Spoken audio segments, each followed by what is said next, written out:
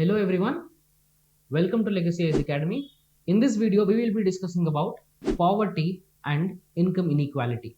We will be seeing what is the effect of pandemic on income inequality and how this particular COVID-19 pandemic impacted in reduction in income inequality. See, income inequality is said to be one of the evils with respect to Indian society and economy. So how this pandemic resulted in reduction in income inequality. In order to know the entire issue, please watch the video till the end. Now let's see the context. In the Indian Express, we have the article and the title is The Pandemic's Income Inequality Surprise. So I have told you already how the pandemic has impacted in reducing the income inequality. In today's Hindu newspaper, the poverty rose but income inequality fell. This is a paradox. Okay, this is a dichotomy that is happening with respect to poverty and income inequality. So what has happened is the severe poverty as defined by the World Bank has increased, but at the same time, the gap between the income of or the wealth of the rich and the poor has reduced. Okay, this is a surprise. This is what is called as a surprise. So why did it happen and how did it happen? Let's see. First, let's understand what income inequality is.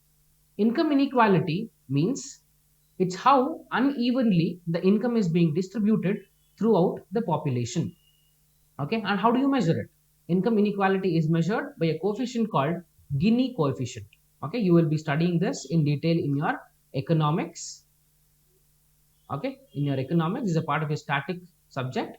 You should know here Gini coefficient is an index in order to measure the income inequality. And I've already discussed the impact of pandemic and how pandemic has impacted in reduction of income inequality.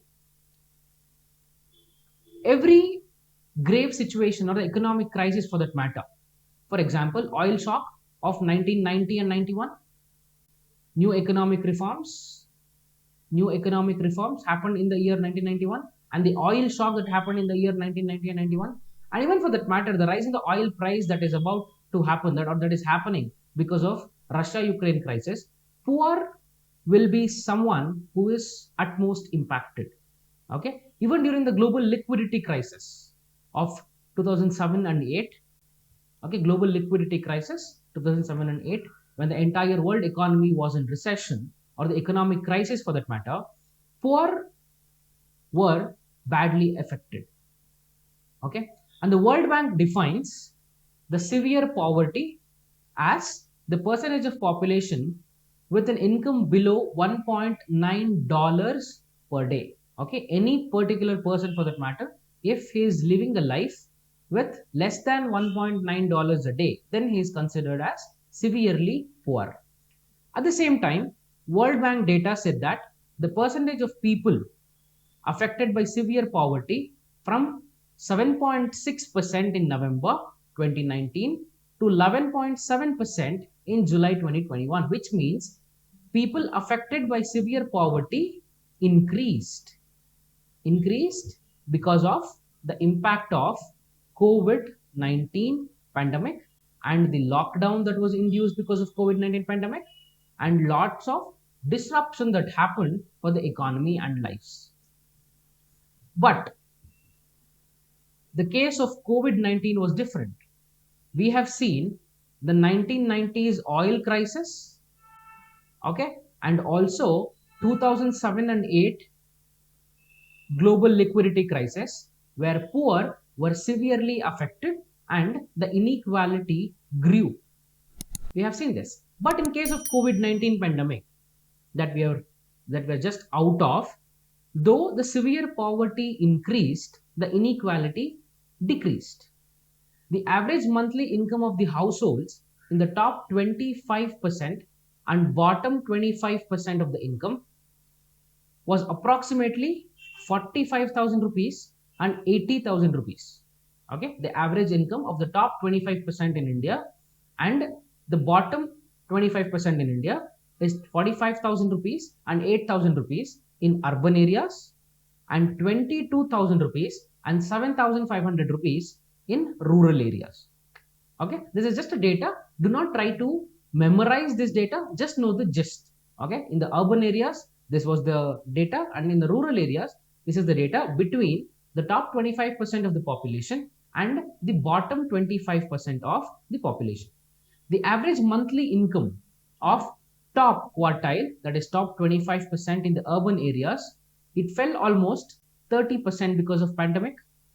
Monthly income of bottom 25% in July 2021 remained at pre-pandemic levels, which means the bottom 25% of the people did not see reduction in their income, but the top 25% of the people saw the reduction in their income. See, when we talk about the inequality reduced, reduction in inequality can be because of two reasons. One reason is the income of the bottom 25% has increased. The second reason, the income of top 25% has decreased. Okay, in the second case, this is very dangerous to the economy. Okay, this is the income reduction, which is dangerous to the economy. And the first case, where the income of bottom 25% has increased, that is what is desirable.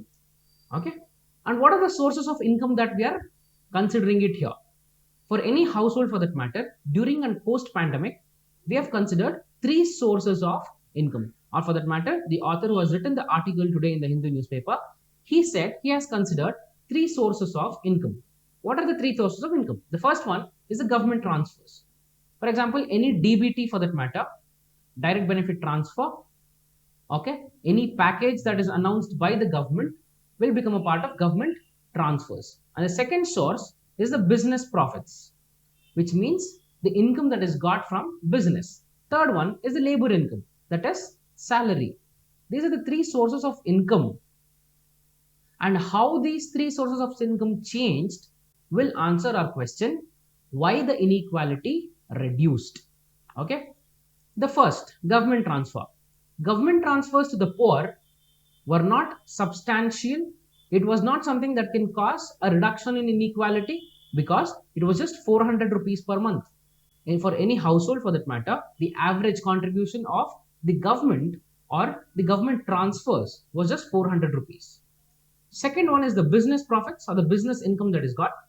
7% of the bottom quartile, that is 7% of the bottom 25%, had income in the form of business, and nearly 15% of the top 25%, okay, had households income from business, which means the top 25%, more number of top 25% people are involved in business.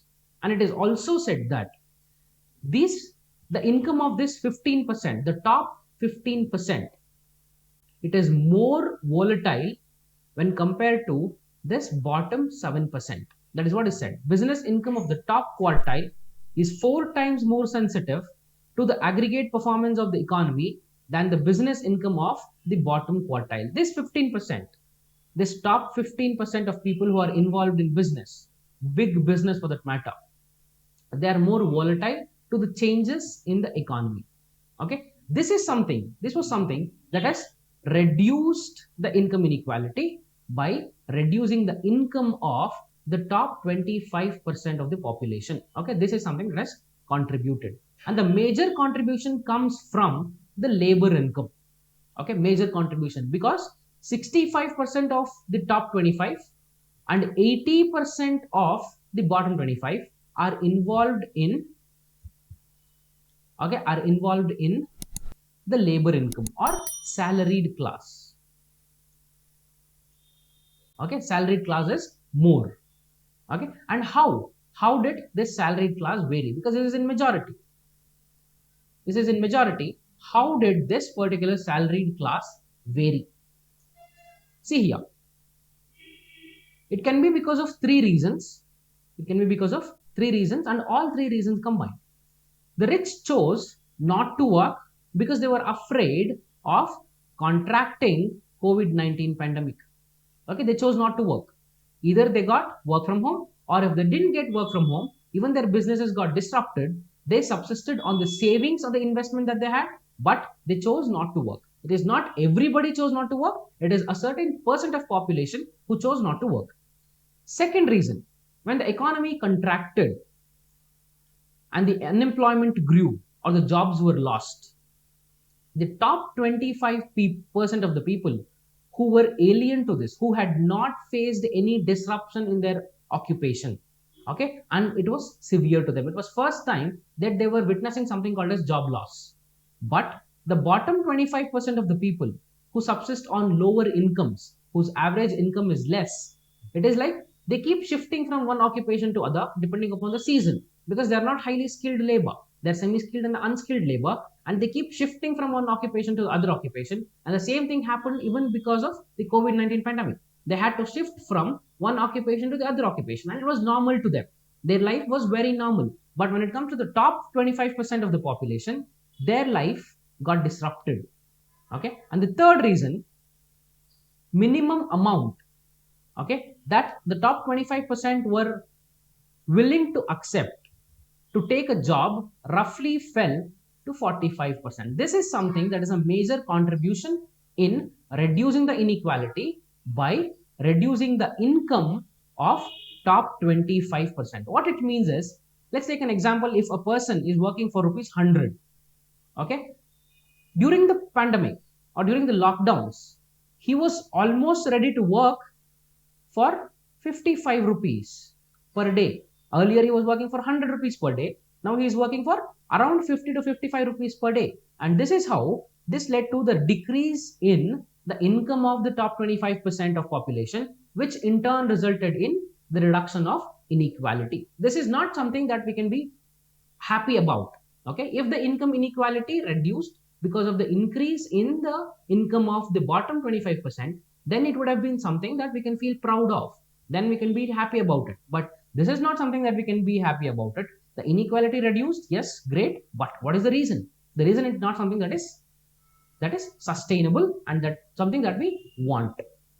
Okay, what is the state of inequality in India? Let's see some data. Very important one from the examination point of view. If you can quote this data in the mains answer, then it will be a great value addition.